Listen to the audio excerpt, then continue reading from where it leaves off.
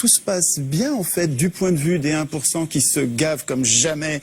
Les banques qui devraient être en prison pour faillite frauduleuse, leurs patrons se font mieux payer que jamais et arrivent maintenant au gouvernement des différents pays.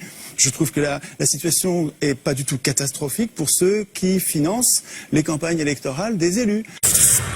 Étienne Chouard. Je pense que c'est une erreur de penser que les politiques sont impuissants ou incapables ou ne comprennent pas, en faisant comme s'ils servaient l'intérêt général, et pour servir l'intérêt général, effectivement, ils sont pas bons.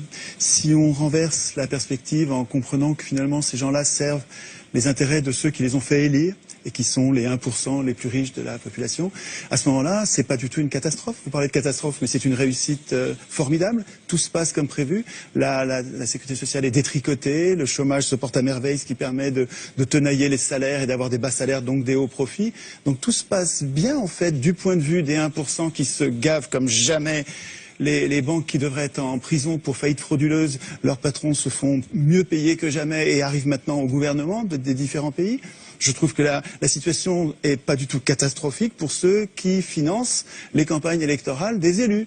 Et je trouve que là, de ce point de vue, c'est assez logique.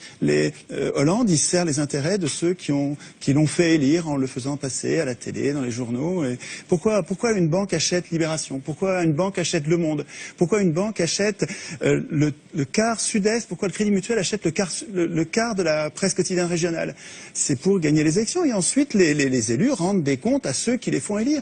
Le problème, c'est que nos élus ne doivent rien aux électeurs. Que vous votiez ou vous votiez pas, c'est pas vous, ce sera un autre. Ceux qui vont voter, c'est ceux qui regardent la télévision, qui sont pas politisés. Il faut qu'ils passent beaucoup à la télévision. Vous regardez les curseurs, c'est incroyable la similitude qu'il y a entre les courbes de passage à la télé et les résultats aux élections.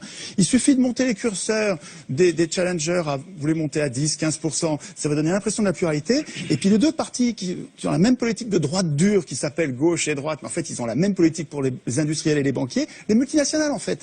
Mais vous les mettez au curseur plus haut et ils vont être élus l'un ou l'autre, en fait, peu importe, ils vont faire la même politique. Alors évidemment, les gens sont gentils, ils croient les candidats au moment des campagnes électorales, et c'est notre gentillesse qui fait la déception après. Mais enfin, après 200 ans d'échec du suffrage universel, qui permet aux riches d'acheter le pouvoir politique, depuis qu'ils écrivent les constitutions, ces gens-là ont mis en place un système, d'abord censitaire, là au moins c'était clair, et ensuite universel quand ils sont aperçus.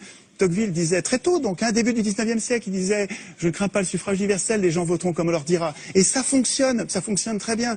Donc, le fait de désigner des maîtres au lieu de voter des lois est une imposture politique. Nous ne sommes pas en démocratie. En démocratie, nous voterions nos lois, nous-mêmes. Un homme, une voix pour voter les lois, pas pour désigner des maîtres. Le fait de nous imposer de désigner des maîtres est une supercherie. Ça donne un résultat plutocratique avec les riches qui dirigent depuis 200 ans. Alors aujourd'hui, on arrive dans une crise parce que le capitalisme n'arrive pas à verser suffisamment de salaire pour vendre leur camelote. Alors effectivement, ils prétendent que le système est en crise comme si c'était un accident. Mais c'est pas du tout un accident. Les choses se passent comme d'habitude, avec une impuissance politique. Vous avez raison sur l'impuissance politique, mais cette impuissance politique, elle est programmée. Il y a un endroit où il est écrit que le peuple n'a aucune puissance. Ça s'appelle la Constitution. Le problème, c'est que tout le monde s'en fout. Nous nous foutons de la Constitution. C'est bien fait pour nous. C'est pas la faute des affreux qui dirigent. C'est notre faute à nous de pas écrire notre Constitution dans laquelle nous prévoirions notre puissance. Le référendum d'initiative populaire, les élections sans candidat ou les élections avec des primaires et avec l'impossibilité pour les condamnés de se représenter, etc. Notre impuissance tient à notre démission du processus constituant.